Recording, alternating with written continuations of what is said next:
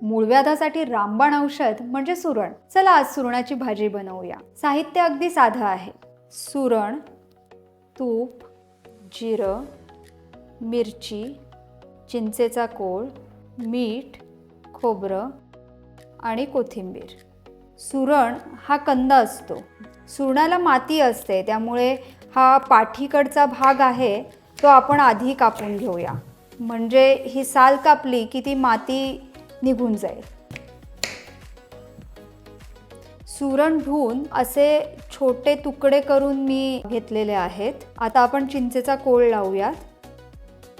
सगळ्या तुकड्यांना चिंचेचा कोळ लागावा म्हणून थोडंसं आपण हलवून घेतोय.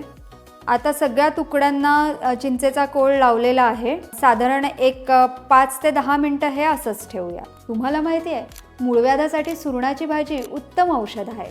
म्हणूनच मूळव्याध असणाऱ्या लोकांनी रोज जेवणात सुरणाची भाजी आणि ताक घ्यावं.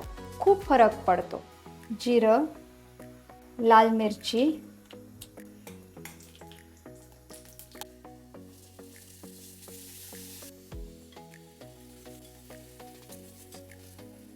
भाजी चांगली शिजावी म्हणून थोडं वर पाणी घातलं तरी चालू शकतं. मी शक्यतो कुकर वापरत नाही, कारण त्यामुळे बरेच विटॅमिन्स आणि मिनरल्स जातात आणि खरं तर साध्या पातेल्यातही सुरणाची भाजी सहज शिजते. अशा पद्धतीने बनवलेली सुरणाची भाजी उपवासालाही चालते. म्हणूनच उपवासाला बटाट्याच्या भाजीला सुरणाची भाजी हा उत्तम आणि हेल्दी पर्याय आहे. आता थोडं चवीप्रमाणे सैंधव मीठ घालूया. ओलं खोबरं भरपूर घातलं तर भाजीला छान चव येते. वाफ काढल्यावर भाजी तयार.